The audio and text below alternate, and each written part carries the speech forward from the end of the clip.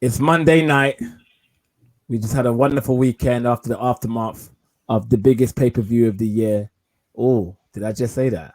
Oh, Indeed. shucks. We had WrestleMania earlier this year, and I said, All Out's the biggest pay-per-view of the year. This is crazy. You didn't lie. But is it in terms of an AEW perspective, definitely the biggest pay-per-view in that company's year. Um, we are doing what are we doing, guys? We're doing a review. We're doing the All Out review 2021. I go by the name of Skillet. My name is Mex. Elijah in the building. Wayne in the building. Thank you for coming back and joining us again. We always have you guys come on every time we discuss AEW news and what a pay-per-view to discuss last night. Mex, you were out and about. You were on Hooked on Wrestling. Shout out to Hooked on Wrestling. Yep. My people, them. They had you as a guest last night, and you watched it live with Rest Things, the Rest Things crew. Big up GG as well. It looked very hype. It looked very sick. It looked like it was an amazing time you all had. I love the pops and the reactions. Tell me about your experience watching All Out last night in the Hooked on Wrestling event, which was where? It was in Old Street, right? Old Street, yeah. Sports and Grill Bar, I think it's called. So yeah, it's a sports bar. Really fun experience. I've watched wrestling with friends a handful of times. Over the pandemic period, it's been this same gang of myself, Rest Things and stuff, watching the pay-per-views together on Zoom. Obviously not quite the same. Trying to save yourself, trying to stay awake, especially when you're watching the WWE pay-per-view. But this, just being able to go outside, watch it together, enjoy it with other fans, and the surprises that we got on the show just took it to a whole nother level. Like, I've done a vlog for it. I've posted some of the clips on my Instagram as well. It's just absolutely crazy in terms of just experiencing that with other people. Like, I can't imagine, on a grand scale of like a WrestleMania or something like that, what it must actually feel like living through that live, like, because last night was mad. I mean, I couldn't ask for a better wrestling crowd at that attendance last night at All Out. I mean, Chicago, one of the best wrestling areas in the whole of the United States. That and New York, Brooklyn, stuff, etc. But yeah, Chicago, very much a wrestling city. Elijah, All Out 2021. Did this exceed expectations? Before we run down review and we're gonna give it our rating and we're gonna give it a ranking, did this exceed expectations for you, or are you just like, I expected this? To be honest, I just wanted to watch some good pro wrestling. I didn't come in with any high expectations. I thought, you know what, good card, should be another good show from AEW. And then when they announced the first match, I was like, oh, this is like not going to be a normal show. Mm-hmm. When what they have to do is announce the first match and you get this pop, you're like, okay, maybe this is going to be a good show. And from there, it was.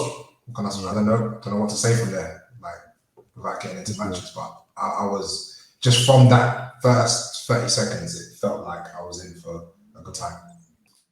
Well, we might as well just go straight into the card, shall we? The first kickoff match was, going off the top of my memory, if I'm correct, Best Friends and Jurassic Express versus Matt Hardy's. What is Matt Hardy's faction called? Family Office. Family Office, yeah. HFO, that's it. Family Office. Okay. This was a very good, fun opener. Wayne, do you think Jack Evans and Angelico, is that his name? Angelico? Yeah. Do you think they kind of fit in with Private Party with this Matt Hardy faction? Because I do like Private Party with Matt Hardy. For some reason, personally, I actually think that works. I just think Jack Evans and Angelico, as much as I do love Jack Evans, I just think they don't. It just seems very much like a Survivor Series. When they used to like put two different factions together, and it feels like that vibe. They don't feel like they're a whole complete faction. What do you think when you see these guys together, Wayne? I enjoy their matches, like and Angelico for his like sort of technical, like grappling sort of style, and Evans for his high flying, ability and that sort of thing. In regards to them being in this faction, I don't think it works, to be honest. So I kind of agree with you on that point. But it's still fun to watch some of the spots, what they do. I mean, it was a very fun match. Max, would you mind running down how this match went for us, please? To be honest, I didn't watch much of this match. In watching it in there, they never turned the sound on until the main card started. They were still like playing the wrestlers' entrance music and stuff over it. So obviously hard to get into the match, really. But to be honest, I thought HFO were gonna get a win. Orange Cassidy beat Jack Evans on Dynamite on Wednesday. So I thought maybe, they'll kind of flip-flop it and hey, these guys can cheat to win. But no, it wasn't the case. We saw Best Friends and Jurassic Express walk out with a win. I guess it's just to get the crowd happy and warmed up for the night. And after they did get the win, Butcher returned, right? Because he's also a member of Matt Hardy's faction as well, isn't he? He tags with Blade, so yeah. Yeah. So, but are they part of Matt Hardy's faction as well, Blade and Butcher? Yeah. Yeah. So I didn't even know that. I personally think the HFO is a hot mess. I think that's the point, though. That's the point. It's like it's everyone that's not got anything going on, put them together, and Matt Hardy's stealing their money. It's like everyone on the show has a point. Like even though there's loads of people, and it can be sometimes a bit overwhelming. It's like who are all these people? But they have a direction. They have a point. Of, okay, this person is trying to guide them, like because they're not doing anything, so they should be with Matt Hardy. Yeah, but he's hustling that. That's what makes it funny. And they're heels as well, so it's not like they're baby faces. It's like they're heels, like and they're getting all that stuff. Their heels being hustled. Being hustled. Yeah, I definitely agree that Private Party work well with Matt Hardy. Yeah, and you know what's going to happen is that there's going to be a point where the rest of the HFO turn on the Private Party, and Private Party probably get their babyface moment. It'll be fine. Let's go for the first match of this card: Miro versus Eddie Kingston for the TNT Championship. Elijah, like you said, when they announced this match, you were like, "Yep, okay, this gives you an inkling that this is going to be a good night." What was your thoughts watching this match? And what a great opener, in my opinion. What did you think? Yeah, but like look at it wider, yeah. Bring it back to August 2020. Eddie Kingston had just started in AEW. Miro was still in WWE. Like this match was even in the realms of possibility in a different promotion with a championship and with this like kind of gravitas around it. Everything built to it in the last couple of weeks has been good. The Miro like arc at the beginning, it was terrible. Now it's good. Eddie Kingston has been pretty good throughout. And it's just like, you couldn't have seen that coming down the line for the last 6 months. So in that sense, like respect to them for getting in this position to make me care about this. And then just the match, it was kind of like a New Japan match actually. It was definitely. It was like, then it was weird because they had Moxley and Kojima afterwards. It was like 2 New Japan matches back to back. So obviously I'm a big New Japan fan. So for me, starting off a card like this, more hard hitting stuff, more dudes kicking the shit out of each other, and the idea that Miro's thing is like he's unbeatable, but he has a weakness, and everyone targets the weakness. So it's not like he cannot be beaten. Is that everyone's going for the neck now, and every match he's got to find a way to get out of getting his neck crushed. So it's clever. Let's see where it's developed. I really like the ending, Max, when Eddie Kingston was trying to drive Miro's head into the ring, to the turnbuckle, and then the referee stopped it. And what I really liked about this match was the referee was like booed out the building. Like he was kind of like the villain of the piece, even though he was doing his job and he wasn't, and he didn't pick up on certain things. The referee missed out on the low blow and things like that. But like the fact that the fans reacted to the referee like they did, it really added to the match as well, which, it worked. It was great booking. The low blow, Miro kicked him in the head again. And did he do the camel clutch? Or no? He didn't tap out to the camel clutch. He didn't tap out. He put him in it. He put him in the game over, but he didn't tap out. Eddie made it to the ropes. Okay. So he just kicked him twice, I think he did, didn't he? After the low blow. Yeah, he pinned it. Yeah. And then I really love the refereeing on the show was terrible though. This was a disgrace. Like that's the only thing that hurt the show. Like, so you mentioned the refereeing. So I think it's Bryce that was refereeing this match. Him and Eddie Kingston have got like a undercover rivalry. this is like the second or third time on AEW that Bryce has basically got something wrong and screwed Eddie out of a win. Right. They've done a similar kind of thing with Aubrey and Chris Jericho. Even on the show where we saw, Aubrey get it wrong and then had to be corrected by another referee that was ringside. Aubrey's always been getting on to Chris Jericho. So they're letting the referees kind of play into storylines a bit deeper than just, being villains, or the crowd not getting on with them. Okay, interesting. Okay, so that's what this is where it's going. So that's where it's leading to eventually. Okay. This looks like it's going to New York. The New York big show, I think it's the 22nd of September. That might be where Eddie dethrones him. What's the next match? Kojima Moxley? Was that the next match? Yeah. Right. So Kojima, obviously a legend. I know a lot about Kojima, but I don't follow Kojima. Like, does that make sense what I'm gonna say next? Like, I never really followed his career intensely like I did a lot of New Japan talent. Especially because Kojima was very much, in my opinion, he was very much an AJPW wrestler than an NJPW wrestler. But that's for another story. That's for another thing to talk about. But it's good to see him at AEW. It's good to see, obviously he was the replacement for a advertised Tanahashi match. So I was a bit disappointed that it wasn't Tanahashi. But, it was still good to see Kojima mix it up with Moxley. Wayne, did you enjoy this match between Kojima and Moxley? I loved it, but I don't know. It's just the ending for me. The ending just made everything special of what happened. But what about the match itself? The match was hard hitting. It was, like Elijah was saying, it's a New Japan match. It's hard hitting.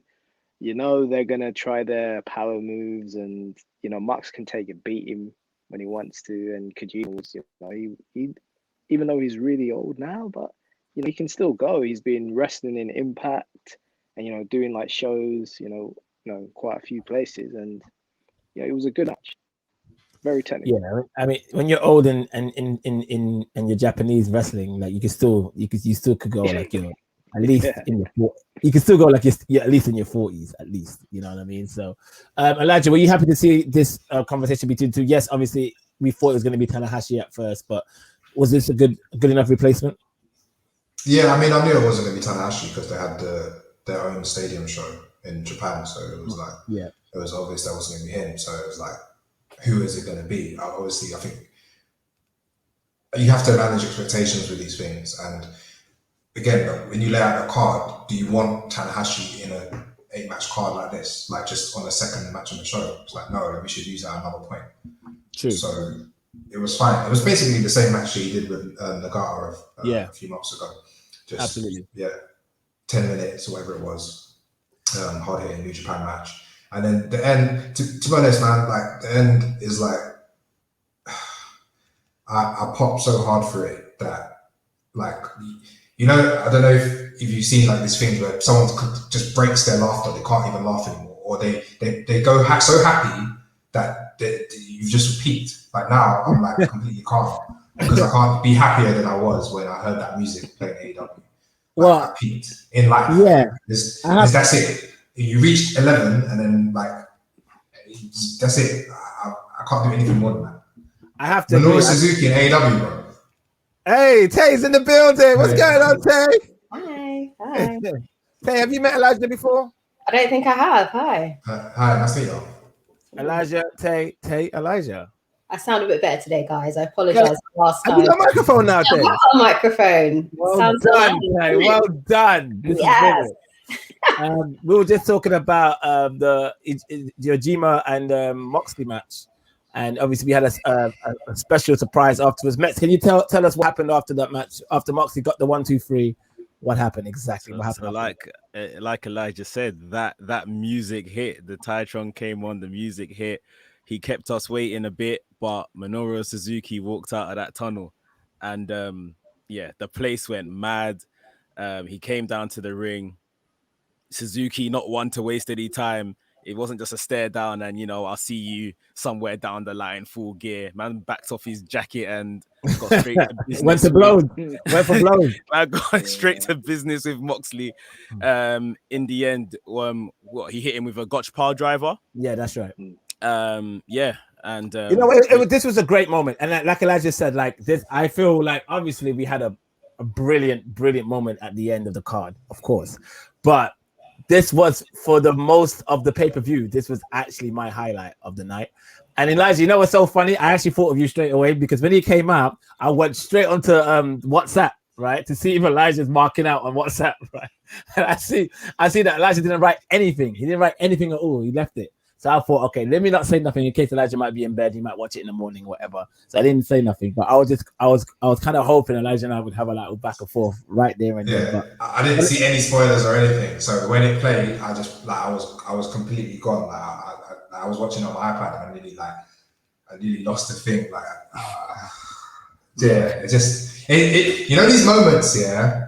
Like you've got to cherish them. Like you never know when this is gonna stop. Like the 100%. The Sting one earlier last year, like when Sting came out, like just that time that Sting, like, bro, there's not many things in life that make you feel that way in it. So when they come, just 100%. Yeah, you got to just enjoy it. Right? I had a very interesting perspective next to me because I had a friend of mine who's like my gym partner. We came back from the gym and we watched AEW last night, and he doesn't know anything about New Japan. He knows a little bit about the independents, and he's a diehard AEW fan, but he doesn't know much about New Japan Pro Wrestling. So he doesn't know who Suzuki is. So when he came out, he was like, "Oh, who's this done?" And I was telling him all about him. But I was like, the first thing I kept saying, I said, "Wait, hold on 1 second. I need to hear if they've got the entrance music." That's all I wanted to. I was like, "Listen, bro, wait, let me just listen if they've got the okay, they've got the okay, it's all good. Okay, I can explain who he is now." But yeah, that brilliant, like, absolutely brilliant. And this is what you want to see. You kind of want to when you see dream matches like this, or when you see like corporations, like different promotions working together, you want to make sure that they have the right music. You know what I mean? They have these things. Obviously, a lot of these wrestlers coming from WWE ain't gonna have WWE music. We all know that, but at least something similar, or exactly. If you go from New Japan, you have a deal with them. You use their theme songs as well. So this is, and they're doing it with Impact as well with Christian Cage and just attention to detail, man. Like exactly. And you know what? Like there's one thing you'll notice in these shows, they all do it. Suzuki did it to Moxley did it to Suzuki. They kind of smile. Like, for them, they're gassed. Like, looking at each other, they're like, oh, this is kind of peak, isn't it? This is, I've been waiting for this. And Suzuki hasn't wrestled in front of a full crowd. What's that, bro? He bowed to Suzuki, Like, they want to fight, but like, Suzuki, think about it. He's been in Japan all this time, wrestling to empty crowds. Full stadium not stadium, but arena in Chicago. He's walking out to biggest ovation, probably the biggest crowd he's played to in America. He's gassed. Ever. Like when would it? Maybe Madison Square Garden when they did the competition. Yeah, Madison Square Garden. Yeah. But even then, he was in the Battle Royal. Yeah. So that might be his biggest North American show on pay-per-view, on the biggest pay-per-view of AEW's history. The first time he's ever coming out to the right crowd. It wasn't like in whatever Poughkeepsie, New York, or Albuquerque, or Providence, Rhode Island. It was in Chicago. Yeah. Let's move on. Yeah, it's beautiful moments, man. 100%. Wrestling is very interesting at this moment. Okay, so after that great moment, and I would say that was probably the first highlight of the pay-per-view. Would you guys agree? Like that was the first mark-out moment of the pay-per-view, and there was so many more afterwards. But that was probably that mark-up moment number one. Mex, can you remind me what happened after that match, please? In that moment. What? Oh, was it the women's match? It's the fucking cage. The cage match. Was the tag match straight after that? Yes. Bro, this match. Oh my god, this match. Hey, did you see this match? The match was amazing. I haven't seen a tag team match like that in so long. I haven't been so gassed watching a match. I felt like I was in the crowd. Like my voice was bouncing off the walls. Like yes. The match was amazing. This is what I wish WWE did with their tag team. Like really, like developed them. Like the sequences that they did, the moves that they did, it was phenomenal. It's amazing. Yeah, a beautiful story. And I think everybody in this room going into this match, everybody wanted to see Lucha Bros win this. The whole crowd wanted to see Lucha Bros win this. And I had my reservations. I mean, I was saying, yeah, it should be Lucha Bros. But when you saw that entrance that Lucha Bros made coming down to that ring, I think we all knew, yeah, this is Lucha Bros time. Max, How important was it for you to see Lucha Bros win the straps in this match? I just think it's been overdue. They've been used in AEW since the inception of AEW, but if we're all honest, like they haven't really done anything of major significance. One, because of the pandemic, one because of visa issues. Then I remember, I think those visa issues that kind of split the Lucha Bros apart for some period. They came back, obviously Death Triangle was a thing, then Pac wasn't there. And it's just been stop, start. And we know these lot have talent. They put them in this tournament to qualify for this match. They blazed through the tournament, looks very good in doing it. And of course, they weren't the guys standing tall on Dynamite, which is obviously another big, clue as to who's going to win on the pay-per-view. They had the big entrance on the pay-per-view. Ray Phoenix, the minute man got into the cage and went straight to the top, like, who does that? Who starts a cage match going to the top of the cage? Like, just shows you man's intentions. He's just nuts. He's absolutely crazy. And then these guys just put on a absolutely phenomenal match. And I think it was either Double or Nothing All Out when they first started this promotion, and these guys faced off in a ladder match, and it was just very, very kind of spot heavy, which some people obviously don't like and stuff. But I feel this one, you probably thought you were going to get a bit of the same thing, but shout out to Brandon Cutler as well, please, because this guy's playing a massive role in this whole Super Elite story. He throws the Travis Barker flipping Jordan 1s over the cage, that is crazy pressure to do that first time, like he did, by the way. That was a beautiful throw. That was Matt nearly caught it. He nearly caught it. Yeah. And then obviously Matt reveals what it is. You just think it's another one of his sneaker collections. He shows all the tax in the bottom. And then a match which I say, looks like it could have been easily a spot fest, developed into something really nasty and dark, basically. They still went on and told, great story from there. Still great spots throughout the match. Ray Phoenix jumping from the top of the cage, onto them man at the bottom. I can't even remember all of it. I was losing my mind. They did their finisher 1, 2, 3. You know what was really beautiful about this moment as well? And I am not saying like other wrestlers, like I don't know what it is, because especially with me, like I just notice a lot of like, you look at wrestling, right, and you see people that might not live in a certain country, right? So it might, because obviously this Mexican wrestling is huge in Mexico, you know what I mean? So certain Mexican wrestlers could come to America and it's just as easy as a paycheck for them. I'm not saying a lot of them do that, but I think the ones that was very passionate were like the Eddies and the Rays. But a lot of them, other luchadors, who may have some passion, but some of them are just like, oh, this is just another working thing. I can always go back to Mexico and do my thing and become a star there. You know what I mean? But it just feels to me that it just meant so much to Ray and Penta. It meant so much to them. Like, they are happy in AEW. This is their wrestling home. And like winning these titles meant everything to them. And you just see it. You see in the passion in that match and how emotional they got towards the end, especially at the end of the match. Elijah, where do you rank this match in Young Bucks' best matches ever? And this is a tag team. This is a tag team that doesn't have nothing less than a 4 or 5 star match. Like, I don't care what anybody says. The Young Bucks never have a shit match. Where do you rank this match? Because for me, this is one of the best tag team matches I have ever seen in my life, and that is saying a lot. Yeah, I think it's their best match. I think so too. I think it is. The ladder match was in All Out 2019. Yeah, and that was a good match. It was just more risky spots, whereas this one was like, they're going for the masks and jumping off each other, like doing moves at the same time. The kicks, there was a bit where they were circling doing the kicks, and you're wondering how it's going to end. So they did one kick, back, all the way around, and you're wondering how it's going to end in a circle. One interesting thing is, are Nike going to come for AEW after that? That is a brave move to.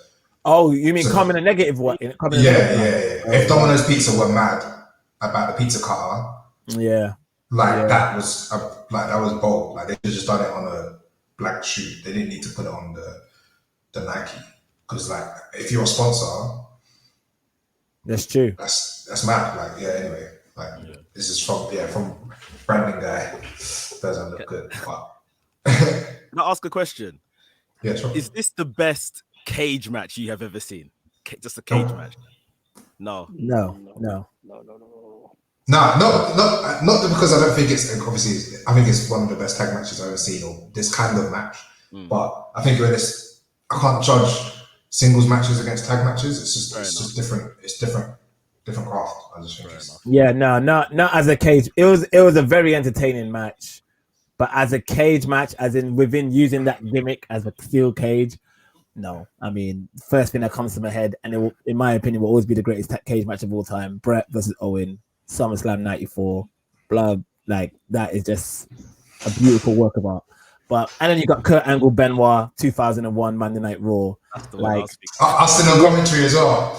Austin commentary makes that exactly. So like these are the things that come straight to my head. Like, but this match as a tag match, definitely one of the best tag matches I have ever seen. Incredible. Wayne, the Lucha Bros are now the tag team champions. Where does the Young Bucks go from here? Who do they face now? And who does the Lucha Bros face now? That's very interesting. I think the Lucha Bros will face the Jurassic Express. Okay. And I think the Young Bucks will have a feud with who's the Elite Hunter? Frankie Kazarian. That's the one. Frankie Kazarian and someone else. Maybe Christian Cage. Maybe Christian. Okay. All right. Well, yeah, this you know what? Hashtag Wayne booking. Like, we've got a joke in our WhatsApp about Wayne's booking is like epic. Like, we basically do little predictions in our WhatsApp group, and Wayne's predictions are like, wow. I'll say something like, I think Moxley's gonna win by like a rear naked choke and the paradigm shift, and Wayne's like, I think Okada's gonna come out and drop kick it. I'm like, what? The Rock is gonna arrive, and the Rock will come. One thing I need to mention as well about the end of this match, that moment when Penta got really, really emotional after he hugged his brother and after they were like embracing each other, and you can just see the production team and the referees running to them saying, "Listen, you gotta go. We need to keep going with the show." But Penta was like, no, I want my kids to come out. And he embraced his children. When he embraced his daughters, I have to admit, I got emotional seeing that. That was lovely. So yeah, man, big up to Lucha Bros. Did you hear what the daughter said? What'd she say? Like, she hugged him. I think she said, "I love you, Daddy," and then she said, like, "Get off me," because he was hugging her. There was blood all over him, and when he got off her, there was blood all over her. No. Yeah. So what happened was, she hugged her dad, and she started. She was about to, because her dad was crying, right? So she started crying too. She's like, "Oh, I love you, Daddy." And then when she felt the blood in her face, she's like, "Oh, get off me!" Yeah. That's hilarious. There was blood all over the belt. His tag title, his one, had blood all over it. But this what it shows, that these guys are students, man. Like, they're not just your students of Ring of Honor wrestling, and they grew up on Ring of Honor wrestling, and they like, or they're fans of Impact Wrestling, or they're fans of this modern day New Japan Wrestling. They're students of like NWA as well. You know what I mean? They're students of All Japan. They're students of like AWA. They proper analyze, especially like the Revival and Young Bucks. When I see them wrestle, I can tell, okay, they've taken it from this, they're taking that from that. They're proper students of like old school wrestling, and that's what I love to see, and that's why you see the Lucha Bros in the mess that they were last night. But yeah, big up. That was obviously the best match of the card. I don't care what anybody says it is. Nobody's gonna argue with that. That was the best match of the card. Next up, Britt Baker versus Stan Lander. Is that her name? What's her name again? Next was the women's the Rumble thing. The Rumble was before Britt Baker. No, it wasn't. The Rumble followed the cage match. I think Britt Baker was before the women's match. I swear. It might have been. No, you're fine. It's the fight. This doesn't matter. Yeah, it was. Yeah. Oh, so Britt Baker was before the cage match. We should have talked about that first. Oh, okay. That's okay. No problem. Let's talk about Britt Baker retaining her title. Tay, yo, woman, No, we do this all the time. It's a joke. It's a joke that we do. Tay, what did you think? First and foremost, are you a fan of Britt Baker? Do you know, obviously, you know, I don't really watch AEW that much. I will be getting into it now. So yesterday was probably maybe like the fourth AEW TV I've watched. I've heard about her before, obviously. And I think that match was pretty good. I have never heard of Chris Stanlander. But she was really good. I actually really quite like her. They had quite a good match. And I really think Britt Baker, like, she deserves to be the champion from what I saw.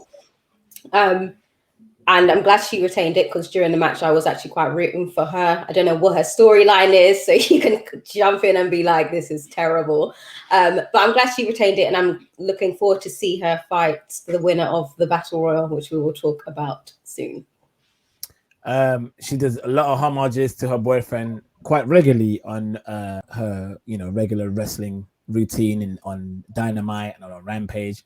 A lot of she does pay a lot of homage to Adam Cole, but she has never done the Panama Sunrise. If I stand corrected, Pittsburgh Sunrise on that match. The Pittsburgh Sunrise.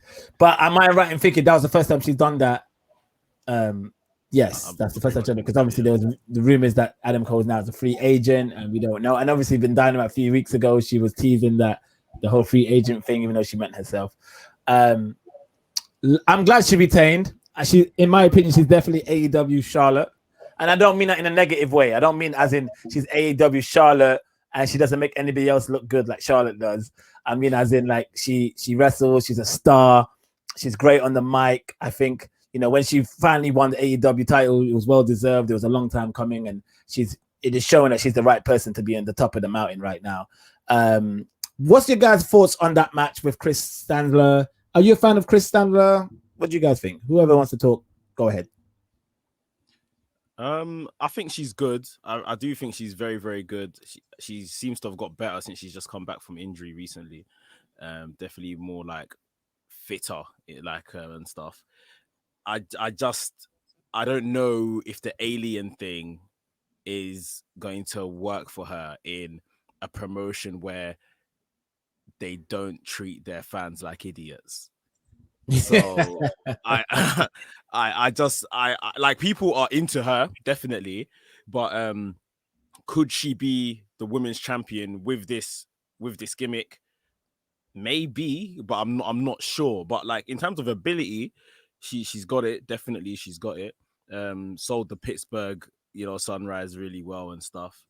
But yeah, I just think Britt is massive. Even when they put AEW together, Britt was the biggest star in terms of women that they brought in at that time, and it's she was still kind of a nobody at that stage. But now you can see she's kind of stepped into her own, and they've clearly got a lot of stock in her. She's doing a good job. Anybody else want to talk about Statlander, or should we move on? Let's move on. Let's talk about the 21 Women Casino Battle Royale. This is where they do the Battle Royale with in the theme of the card suits, like in the casino, and they have how many people coming at one time? Four. I think. Four? Yeah. 4 women at a time, every 2 minutes. This was a very fun, entertaining battle royal. My only thing with the women's division AEW, not enough standouts for me. There's a lot of women that look very similar. There's a lot of women that I can't tell the difference between who is who. You know what I mean? I mean, with WWE, they're really good at having characters, and really good at you could tell Alexa Bliss from a Carmella or a Naomi from a Bianca Belair. You could tell the differences between these women. Where I think I saw a lot of blonde women in this battle royal. I'm like, who the hell are these people? I don't know. You know what I mean? But that being said, I think that's because WWE give them, with more hours of programming, we get more women's segments. You get more time to know these people, and it's just AEW don't have that luxury, I guess. That being said, very fun match to watch. I'm happy for Tay Conti, who's looked like she's improving every day. She looks like she's very happy in AEW. She's doing her thing. That's my girl. I'm very happy for her. Jade Cargill got a great pop from the Chicago crowd, which I didn't think she would, which was good to see. But yeah, guys, let's talk about this match. We got a special guest that came in, a new debut appearance. Everybody speculated and kind of knew it was going to be her. Ruby Riot has finally arrived at AEW. She's All Elite under the name now as Ruby Soho. Was it the right decision for her to debut straight away and get the number one contendership shot? Yeah, if you're gonna debut in the battle royal, you have to win. Like, it doesn't make sense otherwise. The other people that have debuted in the battle royals and then not won, Ethan Page, Leo Rush. Yeah, there's been moments like that, and it's just like, oh, well, then what? You're kind of like just floating. It doesn't really make sense. And I read this thing where it said that she said that was the first time she ever heard people chanting her name. So for her, that's like crazy. Gassed.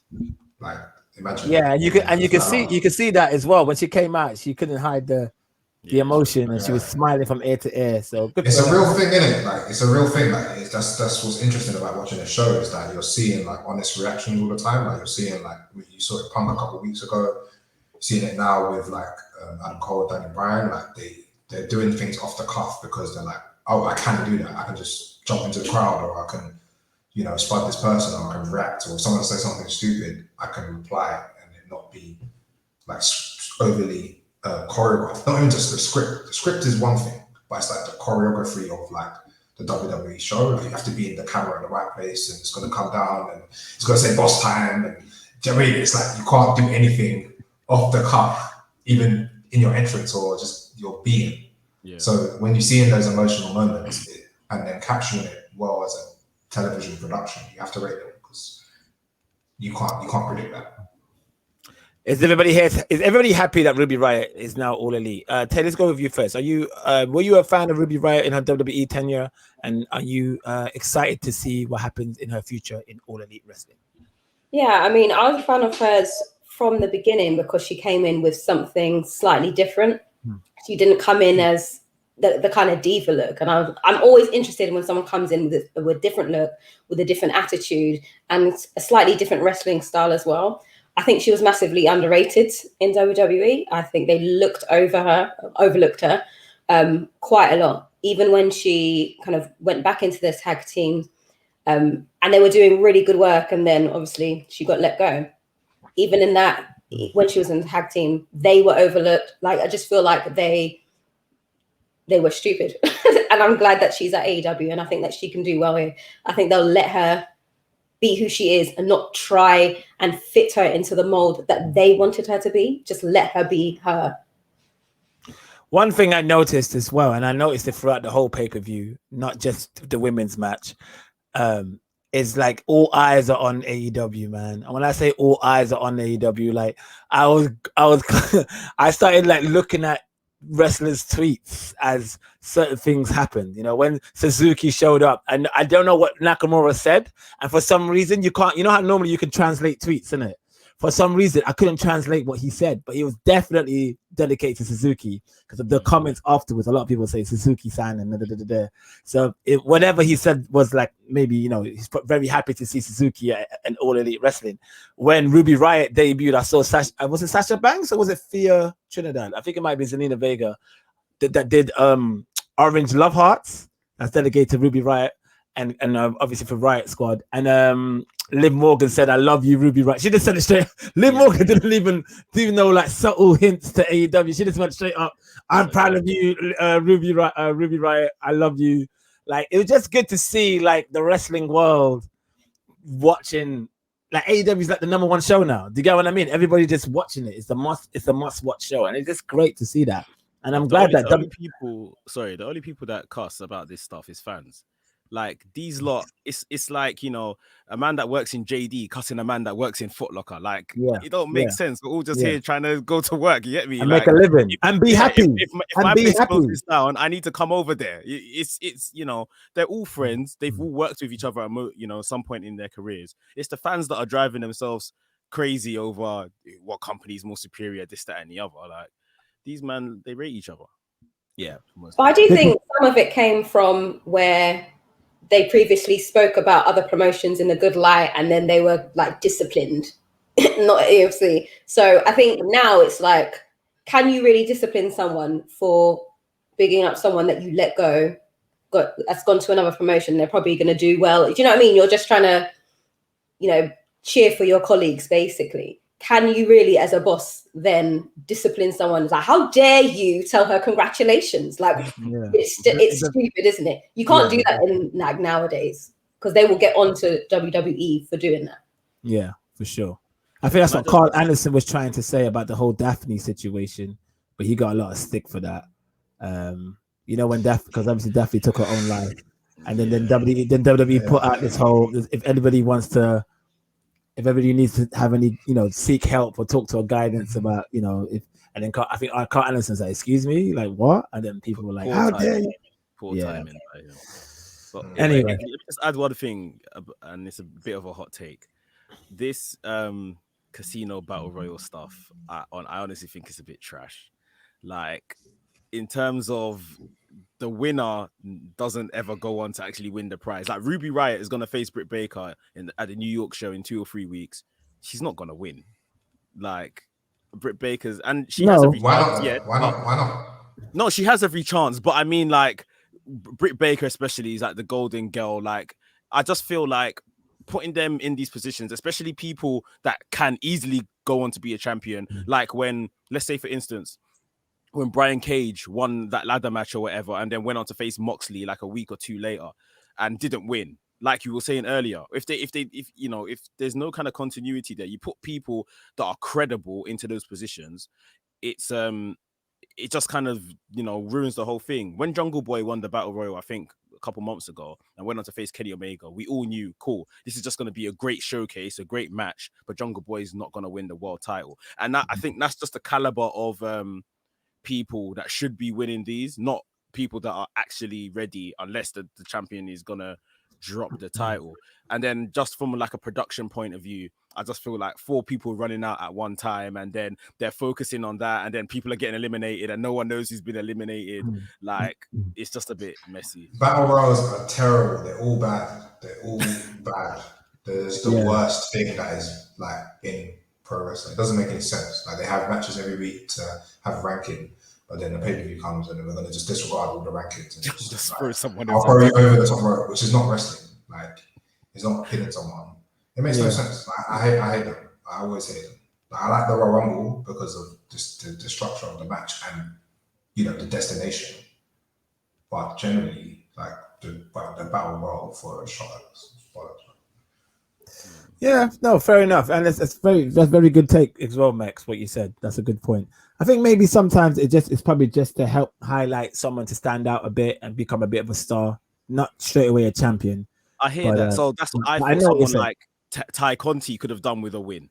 Had a good match with Britt Baker, not win. Yeah, Ruby Soho. But Ruby might win. The thing is, Ruby might win, and she might lose on a rematch. That they actually might do that. You never know. They're gonna have to pull the trigger on that at some point. Like it can't. Yeah. The booking is predictable but entertaining, but they're gonna have to be like, oh, right, she actually won. Like, there's gonna be a time when it happens. They haven't done it in any title change really. Yeah. So there's gonna be a day where like randomly, okay, whatever, Ruby Soho's facing Britt Baker on Dynamite. Cool, like she's probably not gonna win, and it's like the second match on the show, and she actually wins. You're like, oh shit, like I should. Like the other day, I think it was on Wednesday. They had like a finish in the picture-in-picture. Yeah, Orange Cassidy's match. Yeah, so Orange Cassidy's match, he won during the advert, and that's like the first time it's happened to prove that can happen.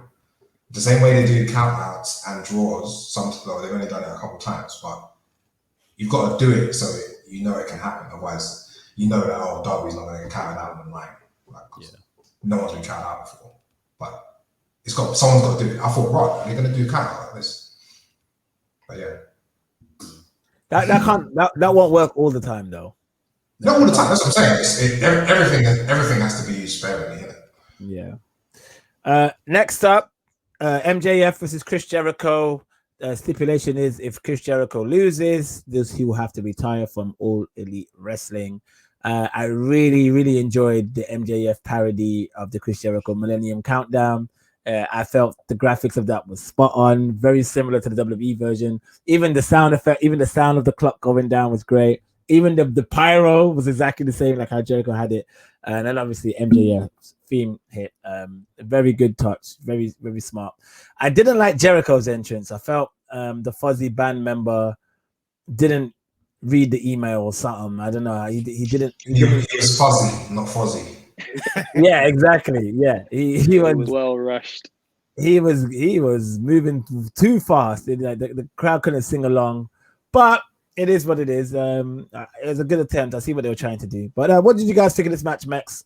Oh, actually, let's go to Wayne. Actually, Wayne, what did you think of this match, Wayne? MJF versus Christian. I've been liking the build up. You know, Jericho's been having the trials. I'd like try and face MJF, and then he had this one last match. And yeah, I thought it was a really good match. You know, some good spots, and the finish as well was really interesting. I didn't expect the finish like that for this sort of match. Oh, losing to the Walls of Jericho. Very good touch. Yeah. I like that as well. Tay, I know you don't watch AEW much, but do you know much about MJF's work? And what did you think of this match? So I don't know too much about MJF. I envision him to be like a schmarmy kind of like a Miz-like character, just slimy. So I really enjoyed this match. It just looked quite fun. It looked really fun. Obviously, Jericho had to win. He's not going anywhere. But I liked how they did it. I like that he like finally just grabbed onto the bottom rope, and then you're like, okay, how else is it going to win? Yeah, I think Elijah takes exception to what you said. Elijah, can you please get some things off your chest, please? I have to take exception to MJF being compared to The Miz. I'm just going by what I saw yesterday. Like I said, I haven't watched AEW much. He just looks like a slimy character. Yeah, you're right about the slimy character part, but the Miz part, not so much. I'm sorry, Elijah. I'll watch more. And I'll do a better comparison next time. All right, I'm gonna send you some MJF afterwards. Yeah. Wow. I have my feelings. Max, did you have any did you have any doubt in your mind this was going to be Jericho's last match? I don't think you did, but like we saw, obviously we all knew that Jericho was going to retain, right? Not retain, but stay wrestling. We said during the week that Jericho's definitely winding down, but this ain't the way that it was gonna be, curtains for him sort of thing. And Jericho's good. He's interesting and stuff like that.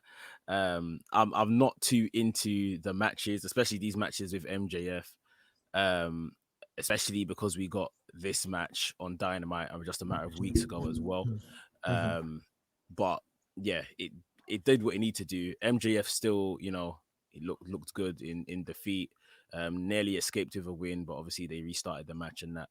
I think everyone was just kind of happy with the ending. That cool, Jericho's still about, but we don't want to see these two together for a while. I mean, it was good. Please, never again. It was this is the worst match on the show. This is the worst match on the show. Yeah, it was. Yeah, it's like it made no sense. Like, well, it wasn't worse than Paul White's match. Yeah, it was. Of course, it was. Okay. Like, think about it, yeah. If you're gonna do the Jericho, you can't cry wolf on a Jericho retirement. Like, he's the only person that is still wrestling from Attitude Era to now, yeah, at the high level. So don't cry wolf on your career being on the line if you're not gonna, like, if it's not gonna be a major part of the card, or you're not gonna pull the trigger, like. And then to do the false finish with the extra ref, like, they don't do that in any other match. Yeah. And there's bare bullshit finishes in AEW. So to do it on that one, it's like you kind of fucked us here, like, because you never do that with any other match. If they did that in a match like 2 weeks ago that had no significance, just a normal match, then you'd be like, oh, okay, they will do that when the referee is standing by, and it would make sense.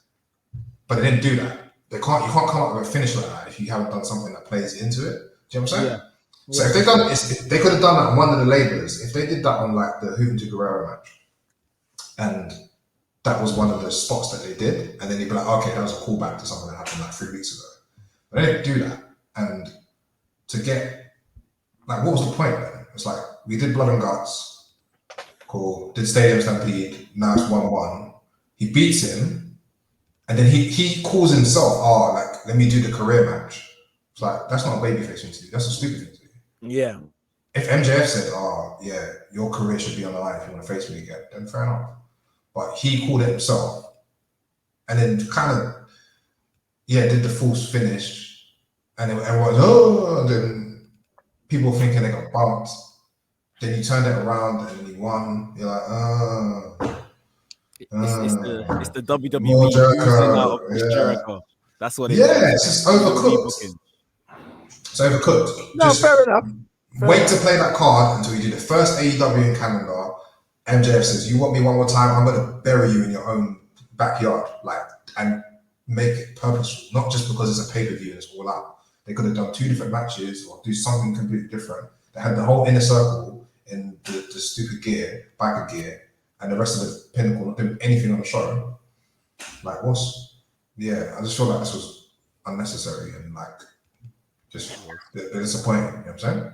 I love the 2 different takes on it because I haven't watched AEW before, and I was like, "Oh, this is quite fun," and you were like, "This is shit." No, Elijah, you raised very, very good points there. Very good points. Inconsistent booking, not logically thought out. You raised some very good points there that I didn't even think of. So thank you for that.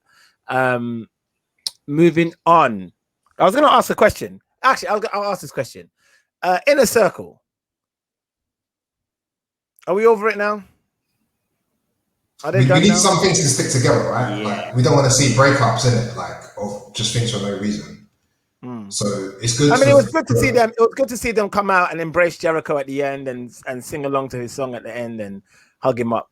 But I just feel like with all this new, this plethora of new talent just coming in, I could see certain talents getting fall by the wayside, and I could see it being, unfortunately, I could see it being some members of the Inner Circle and some members of Pinnacle. I could see them are the ones that might suffer from all this new talent that's coming in. But then, on the flip side, I hear what you're saying. On the flip side, factions is then what's best to keep them together. So at least they're getting airtime together, sort of thing. I think this is probably one of the first times in maybe a month or 2 that we've seen the Inner Circle together. Obviously they're still in a circle, they're off doing their separate bits and bobs, but I think as long as they can, still come together for certain things, then I think that's fine. They don't need to be kind of closely knit like the Super Elite right now are closely knit. Fair enough. Yeah, good shout. Next up, after 7 long years, CM Punk returns into in-ring action, challenges Darby Allin, the young upstarting kid who's amazing at the he's killing it at the moment with AEW wrestling, bright star. And these 2 went at it last night. Just a singles match, no hardcore match, no Darby Allin crazy rules match. This was a fun match. I really enjoyed this match. It's very much lots of references, in my opinion, to the Bret Hart 1, 2, 3 Kid match. A lot of the booking was definitely that. Bret Hart, Punk being a massive fan of Bret Hart as well, I could definitely see him taking loads from that Bret 1, 2, 3 Kid match back in '93. But yeah, this was really good. It was good to see Punk back in the ring. I don't think he lost a step, to be honest. He didn't look rusty at all. And it was booked clever, where obviously his years of being at the ring, of course, Darby Allin would be a bit more sharper than him. Mex, what did you think of this match between Allin and CM Punk? I thought it was good. I've seen that Bret 1, 2, 3 Kid match a couple of times, and there was at least 3 spots that they did identical from that match. Yeah, for sure. So yeah, that was a nice kind of throwback. Punk, I think he did what Punk has said he's come here to do. He let Darby Allin wrestle. He was in the ascendancy for a lot of it. Let him get all his kind of stuff in. The highlight of the match for myself was the coffin drop, where he just sat up like the Undertaker and milked it, sort of thing. I'm smarter than this guy. It was just a really good match. Even the whole thing of the Sting, Sting leaving Darby to go to war on himself and then coming out at the end. Apparently Sting shaking CM Punk's hand and all of that at the end was completely off the cuff. They just did that in the ring. It was never. I could tell by Punk's reaction. I can tell. Yeah. I can tell. I think CM Punk looked a bit gassed by the end of it. He looked a bit out of breath, but it's not a criticism. He would be if this is his first kind of high level match for 7 years. yeah, it's just going to be very interesting to see where they go from here. But maybe he moves on straight away. The Derby chapter's probably done. Tell you, I don't think you've seen much of Darby Allin before. So to see him for the first time yesterday against CM Punk, seeing the kind of bumps and crazy stunts that Darby Allin does, what do you think of him? I'd be interested to see more. Like, I think like he's just like one of those wrestlers that are just going to be separate to everyone else. Like, he's just not going to fit in. He's not necessarily going to fit into every storyline that they do, but he will make it kind of work with him, kind of like a Bray Wyatt kind of thing. Like, he's not the original. Sorry, go on, Rex. I was literally going to say, Tay, give us another WWE comparison that's going to make Elijah angry. You know,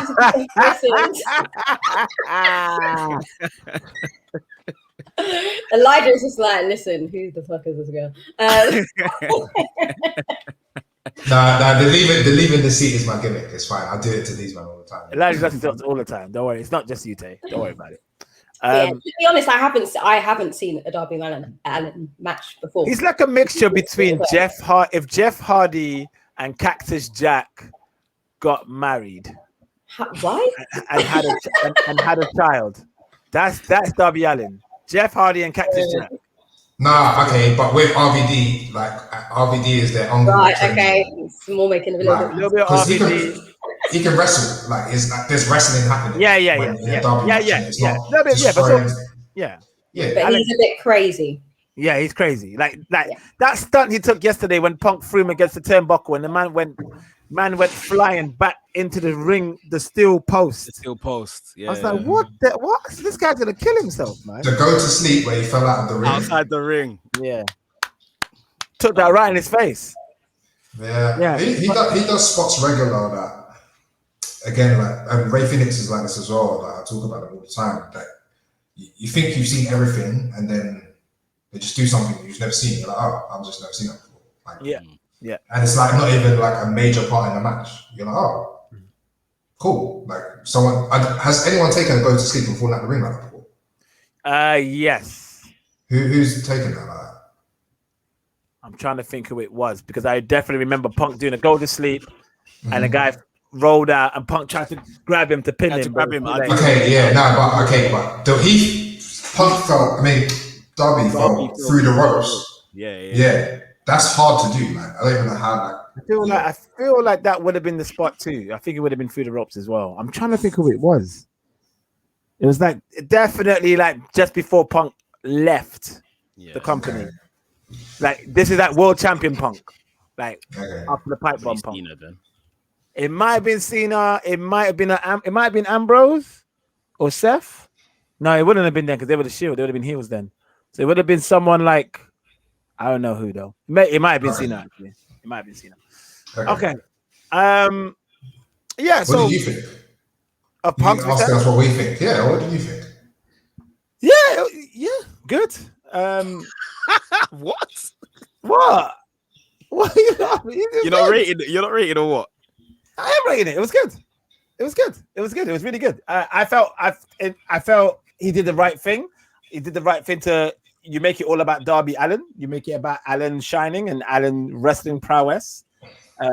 Allin was running the show, which was, obviously Punk was really running the show. But you know what I mean in terms of the booking. Allin was running the show, and I think that's how they should have booked it. Good references to Brett and 123 Kid. Good to see Punk back into wrestling, enjoying it again. I would have liked to see a bit more Ring of Honor Punk, but hopefully that is what we're going to get eventually. What I mean by that is certain moves he hasn't pulled out since he went to WWE that he can now do in AEW, like the Pepsi plunge, for instance. I want to see stuff, especially with Darby. He said he stopped doing that though because it was messing him up, his body. Right, and that makes sense. Because I thought if anyone's going to take the Pepsi plunge, it would definitely be Darby Allin. You get what I mean? So I thought maybe he's going to do that. But yeah, no, it was really good to see Punk back in the ring. I want him to see Kenta though. I want to see Kenta Punk. I'm sorry, I just want to see it. I want to see it. I need to see Kenta Punk. Has to happen. Did you see what Kenta tweeted last night? The Punk. Fuck you, Punk. Kenta took the fuck off.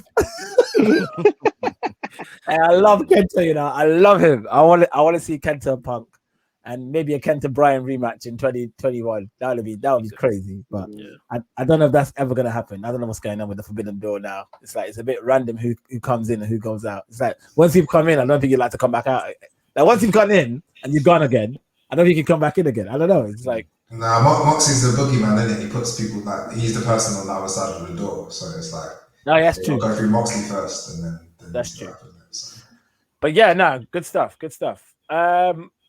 Let's talk about Paul White and QT Marshall. Okay, can I just say, this didn't make any sense to me. This didn't make any sense to me. None of this made sense. Because especially what happened at, was it Rampage or Dynamite? When Billy Gunn and his sons turned on Big Show? And they were nowhere to be seen. So random, right? You weren't even part of this thing. I thought QT Marshall was probably going to win because I thought he had like a trick up his, like an ace up his sleeve, aka Strowman. That's what I thought that's what they were going to do. I thought, oh, maybe QT Marshall's going to bring Strowman in and he'll take out Big Show. But no, Big Show won. Who wants to see Big Show? Why is Big Show in All Elite Wrestling? This is one thing I don't understand. It's like... Question. I didn't know Big Show or Paul White was actually wrestling. I thought he was just there to present. That's what I thought at first. And then it looked like his contract, his initial contract was to do wrestling and present him and stuff like that. So he has a contract where he'll do like one-off matches here and there. So did they put that on because they knew people would be watching for CM Punk? Like, was it a match to just like help people to stay there? I don't know. This at best, in my opinion, is like a dark elevation main event. This shouldn't even be on Dynamite or Rampage. And I think they put it where it was to just where it was made sense because of the main event. You need a little break from the high of watching CM Punk. You need to calm down a bit, watch a little bit of a dead match, and then you get your hopes high again when the things happen. But it was where it was. I just don't want to see Big Show at All Elite. I don't want to see him wrestle. Like not that's a pro wrestling crowd. Yeah. Like he was getting "you should retire" chants in WWE for like 10 years now.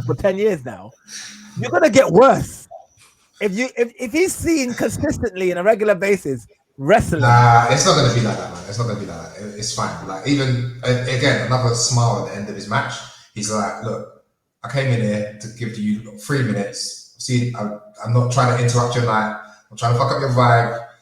You'll get to the main event, yeah? I'll just chokeslam these geeks and you can go to the toilet, come back, you're gonna see the whole main event. Like that's his job. Yeah. Like, that was fine. The job. And if I was there as a fan that's watched wrestling for whatever, 30 years or something, and when I report back to my friends, I go, oh, who do you see at this wrestling show? I saw Sting, I saw Jericho, I saw Big Show, I saw Daniel Bryan, I saw CM Punk. That's what people will say. They don't say, oh, I saw that Kenny Omega and Kojima. Like people won't know what the hell's going on. But for some people that are coming into this thing, that helps them pad out the show. Like helps them like, okay, I recognize this guy. Like who the fuck's QT Marshall? It's like, oh, he gets smashed up. Okay, it's good to see a chokeslam. And it makes the show kind of easier to watch, even though you could deal without it. This is us that watches this stuff all the time. But if you had 5 brethren around and they hadn't ever seen AEW, they'd be like, oh, like, it's fine. Familiarity. Yeah, no, you're right. Yeah. And it didn't go on for 17 minutes. It wasn't like it wasn't a clinic here by Paul White. It wasn't supposed to be. It was just he probably gets about 2 to 3 matches a year. The highlight of his AEW in-ring career will probably be the match against Shaq whenever they pull the trigger on that. and it'll be on Dynamite. It'll be like this is the thing. It doesn't interrupt your time. It'll be a rating spike for sure. Exactly. Okay. All right. Let's talk about the main event. Mex, would you please do the honors and run down how the main event went on, please? Yeah, so again, at this point, I was flagging. I was tired. But yeah, Kenny Omega versus Christian. I mean, a lot of the same kind of stuff that we saw in their match a couple of weeks ago on Rampage for the Impact Championship. I don't know why I just changed color. I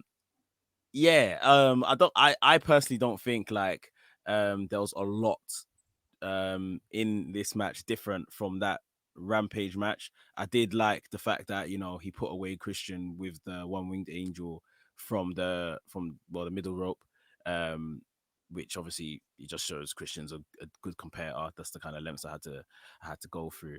But yeah, truth be told, it was everything else that happened after this match was done. One win angel from the top rope, great spot. It looked like Kenny was out of. It took if he knocked the wind out of him for a bit, because they had to lift him up on his feet so he could cut the promo. Yes, Christian Cage, Kenny Omega, like you said, we've seen them wrestle not too long ago when Christian won the Impact Championship from him, and then this the rematch where Christian was hoping to get the AEW title, didn't get it. Good match between the two, but yes, let's talk about what happened afterwards. So before we talk about that, what was the purpose of this match? Was it just to? Because I have not seen the ending. Was it just about the title, or was it a filler for what happens at the end? No, it was about the title. It was a title grudge match. You know what I mean? Like because Kenny was the belt collector. He had many different titles that he was collecting from different companies, and Christian challenged him for the Impact title. Won it. So I think Christian was like one of the first wrestlers to beat Kenny in this run for a little while, and then Christian was confident that he can take the AEW title off him, but obviously Kenny won. So do you think Christian is holding his own in a main event spot in AEW? Yeah. I mean, he's Nick has something different to say. One can say that if one believes so. I'm not one. I just think Christian is. I think he'll do well with the Impact title, and I don't know, bring ratings to that show and stuff like that. I've never really been into Christian, so my opinion might be, you know, a bit skewed, but I think he's come in, he's done a good job. He's definitely shown his experience and good promos, good steady matches. I don't quite think he's got the 5-star match that he's always wanted in his career, even with this last attempt with Kenny Omega. It's just plain sailing now. I guess there's new names that have come in, and all of a sudden someone that, you know, we were celebrating not too long ago that just joined the company is yesterday's news at this point. Ooh, that's cold. He's never been my guy. Yeah, he hasn't been mine either. And maybe like I've come around to him because the promos have been good. Mm-hmm. Like I haven't seen him have a bad match in AEW, and for context, this was supposed to be Hangman Page main event, and Hangman Page couldn't do it because his wife was pregnant, so they had to switch out for Christian, and everyone was like, "Oh, this Christian, we don't want to see this." So they've had to like sell it to everyone, like we still want to make this a main event, and I feel like he's got the fans to accept him and he's done a good job doing that, because even I was just like, Christian, main event, like all the people that they could do it with, like at All Out. Like we could do Pat, we could do Andrade, we could do anything like that. But like it came out all right. And if the member, like these legends, he is a legend, but he did the honors for Kenny Omega, and like he didn't go over, like he laid down 1, 2, 3 and got beaten the fuck out of him afterwards. Like this is what we want these people to do. He's 48 years old, isn't it? So like he did a good job, literally. Absolutely. So after the match, Kenny cuts a promo saying, you know, this in Canada, saying I'm not this in Canada. It's in Chicago, saying you're starting to understand what we do here. You start to understand that I am the best. You're getting it now, that no one could talk to me at my level. No one could talk to me. No one could touch me. No one, even if anyone that's better than me is either retired, in a different company, or dead. And obviously they attacked, obviously while he was doing that promo, Gallows and Anderson and the Young Bucks were attacking Christian. Young Bucks, look, it was really good as well, because this is what I love about the Elite, because they're just so, where they understand wrestling so well. They just know how to pull faces and expressions that make you think 1,000 things at once. So you're not thinking just, oh, they're going to come down and attack Christian. You're also thinking, they're going to come down to Christian, but they look like they're really upset. Oh, is Kenny gonna be upset with the Young Bucks because they lost their title? Like you're thinking so, and that's what NWO used to do. They used to, with their storyline, when they used to attack wrestlers and Hogan being such a backstabber and all these things, you just don't know where NWO is gonna be. So when the members come out, you don't know, is this guy gonna get attacked? Is this guy gonna get rushed? So I was getting that feeling where when the Young Bucks came down, they're like, oh, they look upset. Is Kenny gonna be like, look, Gallows and Anderson, they lost their titles, kick them out the club? But no, that's not what happened. They all unified to attack Christian, and then the lights went out when Kenny made his promo. And Adam, they went out when they said if they're dead. If they're dead, which is explain this, please. Okay, so on Being the Elite, when they kicked out Adam Cole out of Bullet Club in 2017, whatever it was. Yeah, it's 2017. That was the gimmick that they killed Adam Cole. And when on the first time that Britt Baker was on Being the Elite, this was like right at the start of AEW, and they're like, "Oh, hey, nice to meet you, Britt." Whatever. She's like, "Can I just like mention something about the fact that you killed my boyfriend?" And then it just went into the beginning of the Being the Elite, and it was mad, and they've never referenced it since. And then today on Being the Elite, they did this thing where they're like, "Oh, it's before like All Out, and we're doing a seance to try and get Adam Cole back from the dead." So, because we need more friends, like Malachi Black taught me how to do this, and so like that line, you think Adam Cole's coming out to fight them for killing him, but he comes in, Jungle Boy stands up and gets super kicked, and he says, "Oh, I'm with the Elite." Yeah. So you're like, this is the beginning of something. Like that's not the end. Like it's not, oh, Adam Cole is just Elite, and then that's it. This is the story. Like they brought him back from the dead, and he hasn't forgotten. Like this is like, yeah. It might take a year, but this is going to be the story. So we think it's going to be like a slow burn turn against Kenny Omega, but it's going to take long. Because Hangman is out as well, so it's like, what happens to Hangman? Like Hangman has not come back. Like how do they reintroduce Hangman into the situation? It's interesting how they've done this, man. Like the majority of the American members of Bullet Club is running the rival company to WWE. Now it's exciting stuff. So yes, two companies, because they've got the guys at Impact as well. So it's like the Good Brothers are in Impact. Yeah, Kenny was Impact champion for most of the year. Yeah. And Don Callis used to be the exec at Impact. So it's like.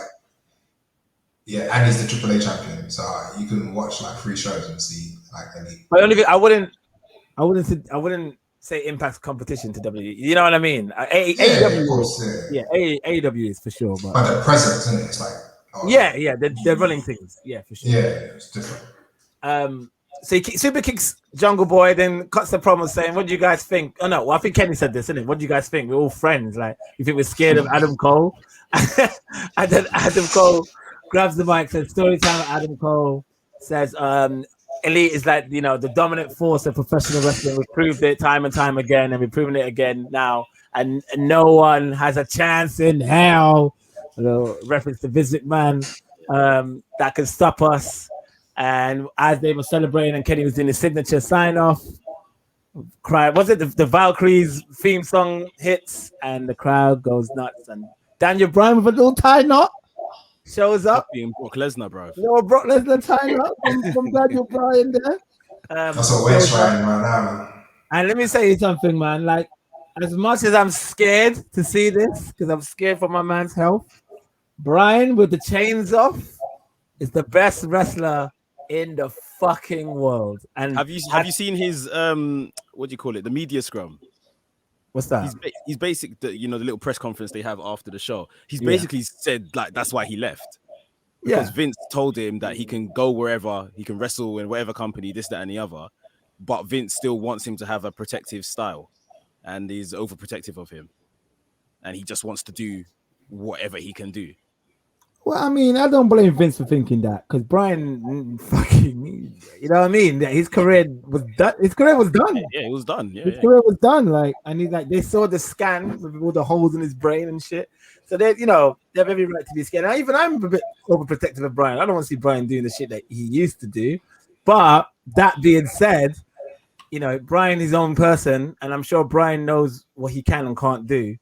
But when Brian with the chains off, bro, he's another level. Like you see the kicks he was giving Nick last night, and that knee he gave Nick, like that's that level high intensity that Brian can give. Yeah, Brian versus Kenny. I'm salivating to see that. I can't wait to watch that at 2021. I don't think it's gonna be anytime soon. Sorry. No, but maybe next year for sure. Go put some stadiums, man. Exactly. Gotta start booking some stadiums out here in these streets, man. I told you the first time I came on this podcast 2 years ago, this would happen. I was so happy.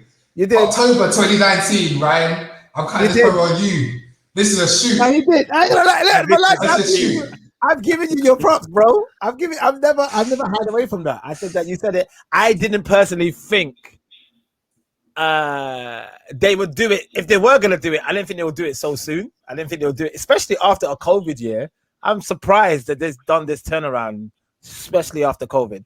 So I don't know. I just didn't think. I know how popular these guys are. I know they got massive star power, but it takes more than that to turn over a company. But they've proven me wrong, and I'm happy to say that. I'm happy they've proven me wrong. I want to be proved wrong because I'm a wrestling fan first, and I've just because of all my life I've seen the dumbness of WWE. WWE's been through some real crazy shit, and they've come out better. Do you get what I mean? But it looks like the rot that WWE has designed for themselves because of the money making machine. WWE knows how to make money like nothing. They make money in their sleep. You get what I mean?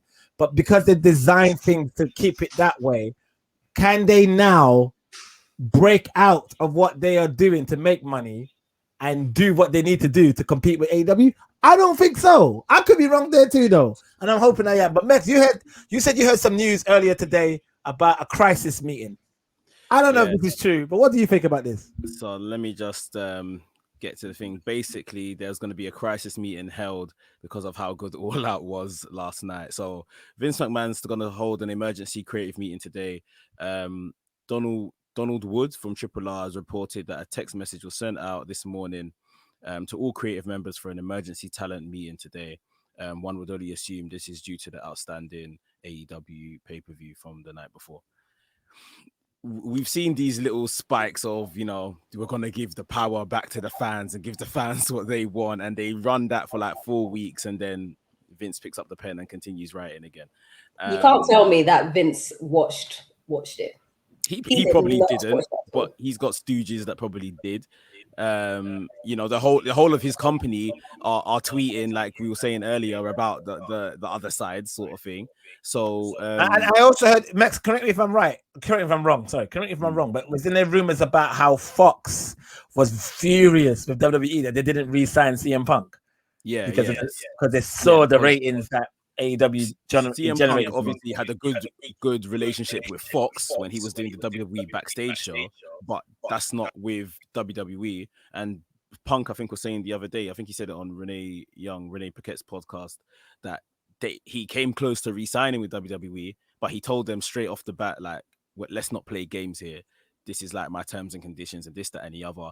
And they basically tried to negotiate, you know, his terms and conditions, and he said it's non-negotiable, and he walked away. Pretty much the same with Adam Cole.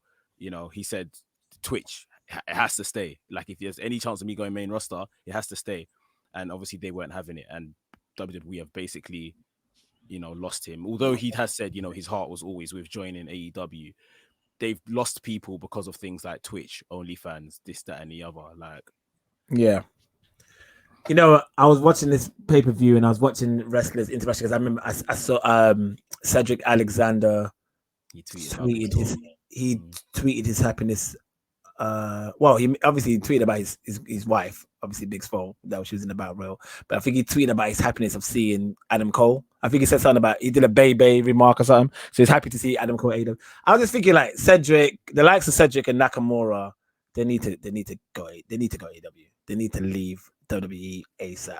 They need to because they will get if they go AEW. No, slow down. You can't put Nakamura and Cedric in the same stratosphere. Man. Just slow down. Nakamura he's knackered. He's had his time in it. He's done his bits. Like let him get his P's in WWE. Let him go surfing in Florida. Allow it. Cedric, give him a chance in it. Allow that. Don't do that to Nakamura. Don't do that. No. Allow him, bro. Let him make his money, bro. Allow him. Nakamura's got something in the tank still. He does have something. Nakamura's even if it's a bit. Even if it's a bit. No. Nakamura's got a lot in the tank. He just obviously he's just been used. This whole thing is shit. What they're doing with him. They don't understand Nakamura. Nakamura will be so understood by AEW fans. Let him be who he is. He'll bring back that New Japan Nakamura back 100%. Cedric, another great talent. A great underutilized talent. AEW for me don't have enough black talents. I'm saying this all the time because they don't. They need to get Cedric. That's a prime time talent right there. And Ricochet would fucking shine in AEW. I don't know what these guys need to leave. They need to go. Take them both. But then how much can AEW take? Yeah, and that's another thing. Thank you, Tay.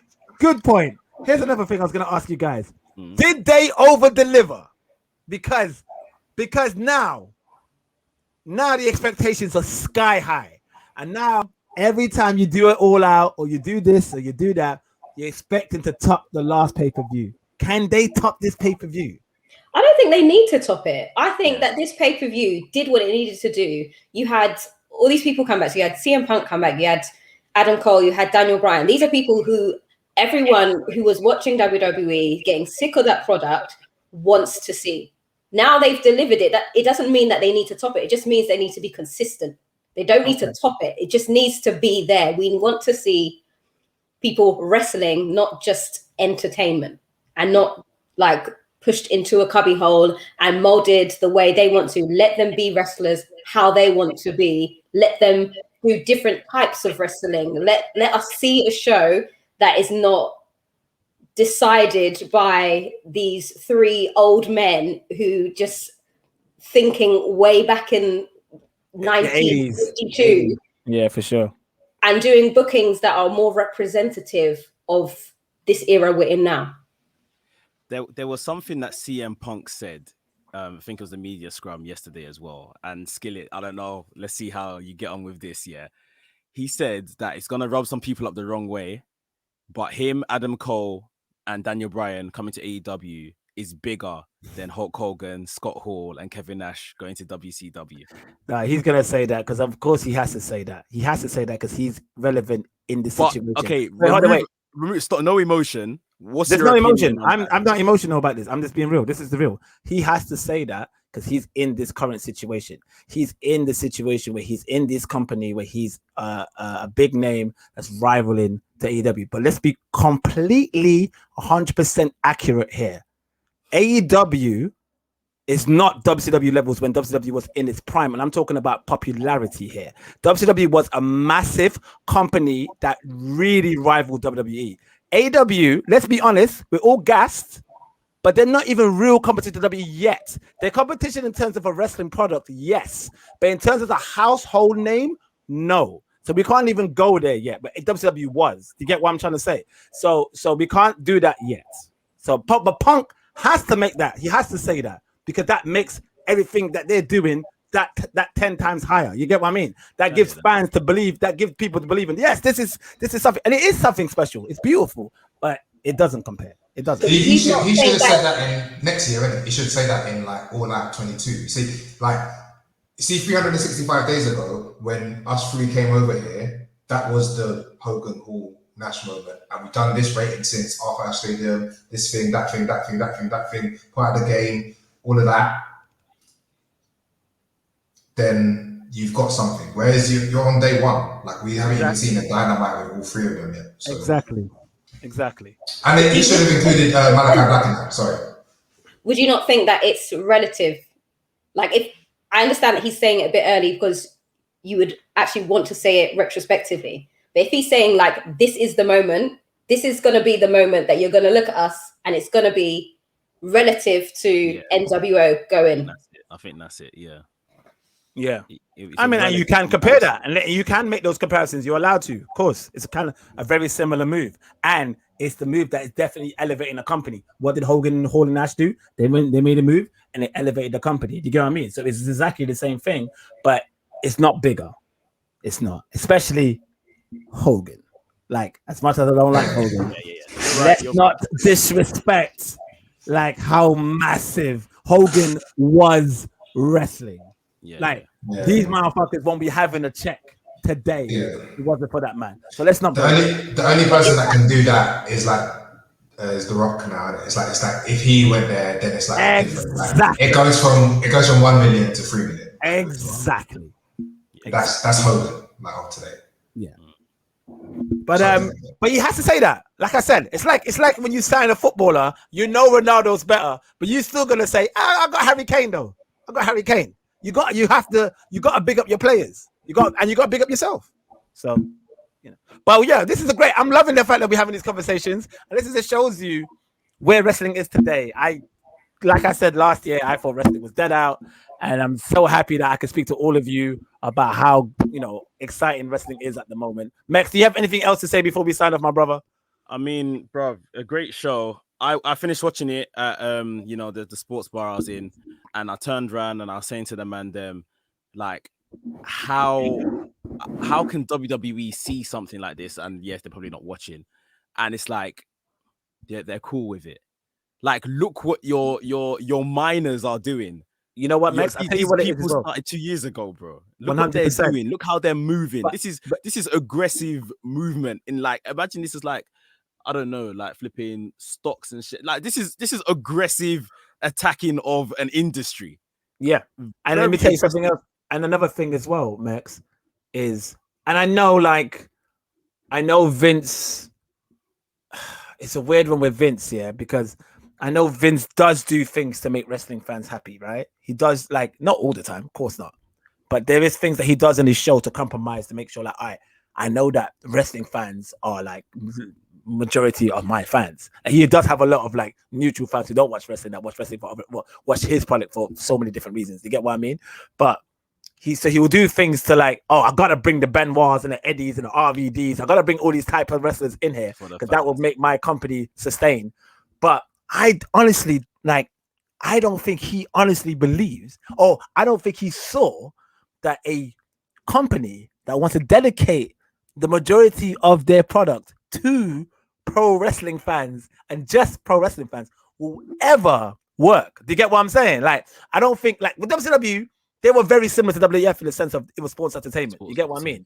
Of course they had it. Of course they had the pro wrestling more. They were more pro wrestling based than WWF was, but it still had their sports entertainment element. You get what I mean? But I don't think Vince saw an AEW coming up and be like, but these are like for smart marks.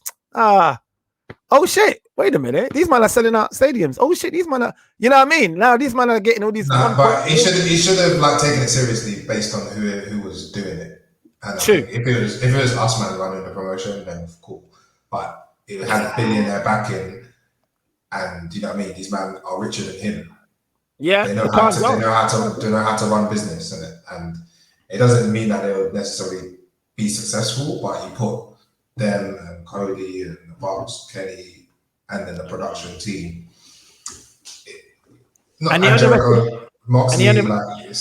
long. He underestimated how much Tony Khan loves wrestling as well.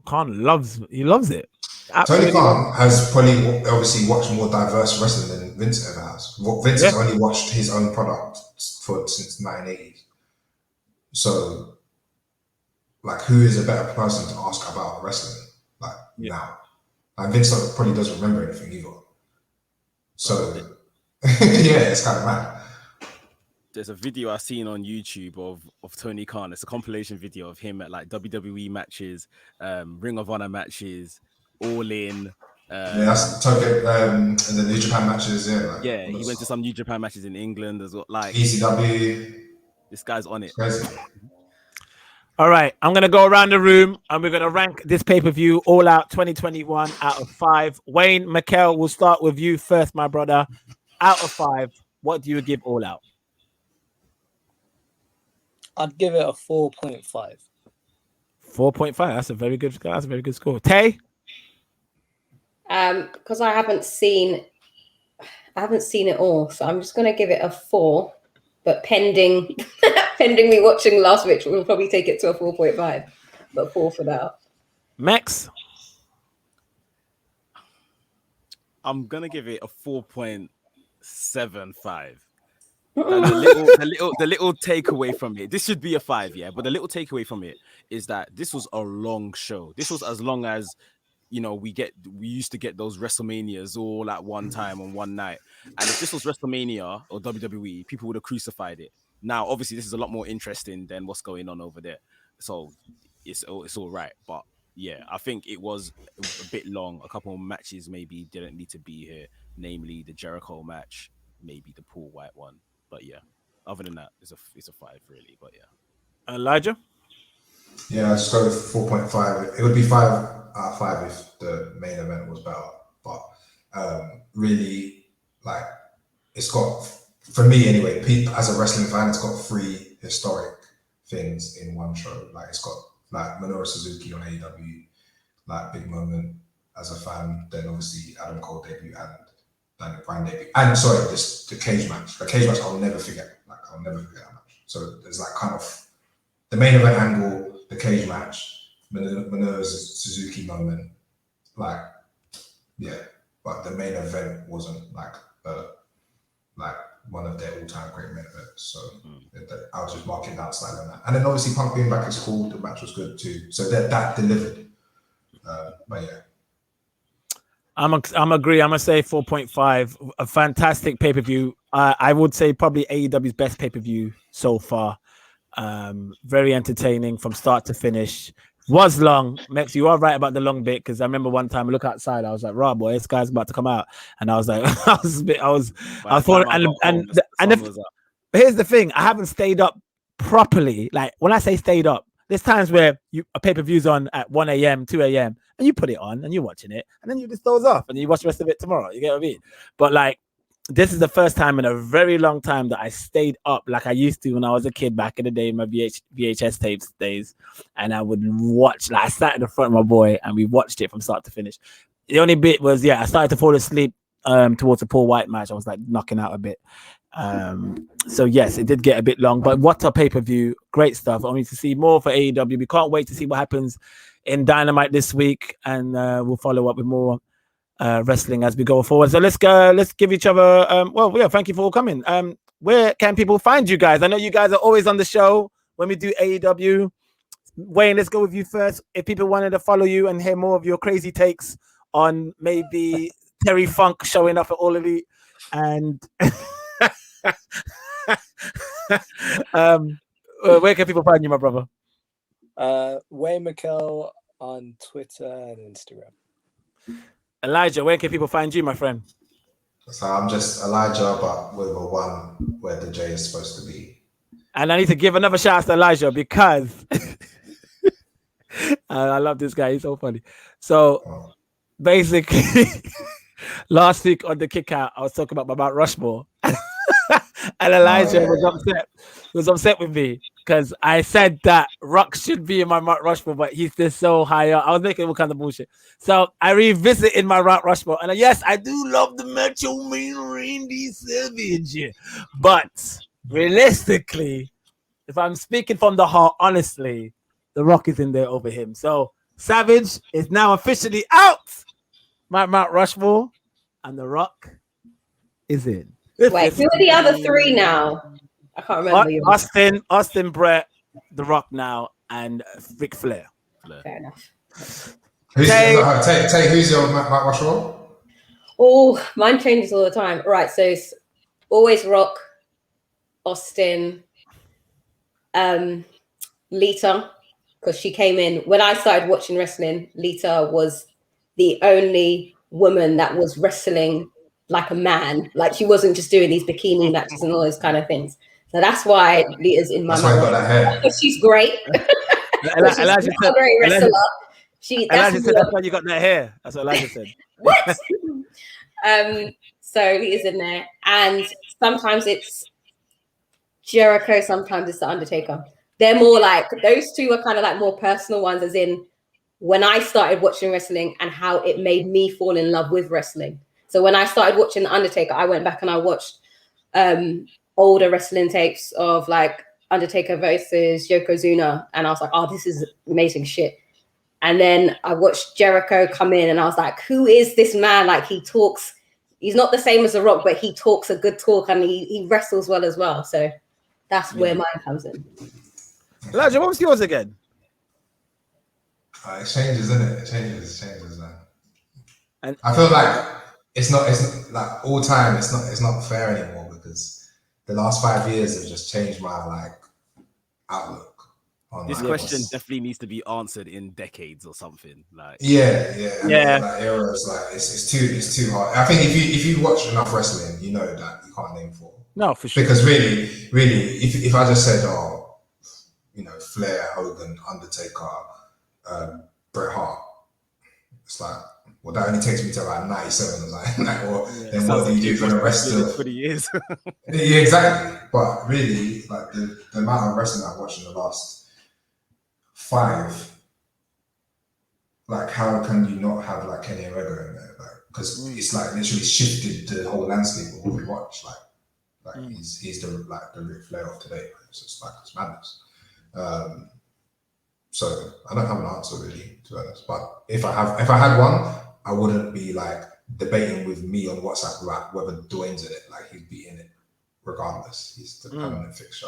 He doesn't move. Okay, Max, where can the people find you, my friend? Oh, I think you were asking for my Mount Rushmore, which I can't even remember anymore. WrestleManiac UK on all socials, and of course here at the Kickout podcast. Tay, did you give your socials? No, I didn't. You can just message up the Kickout podcast. Perfect. That's what I'm talking about. That's my girl. All right, cool, guys. Thank you so much, and we'll get you guys back on the show when more exciting things happen in the world of wrestling. Good night. What does he say? I fair do. Good night. Did you adieu? Whatever he does. Good night. Bye. Bye. Yeah, that was terrible. Have a good night, guys. Good night, everybody.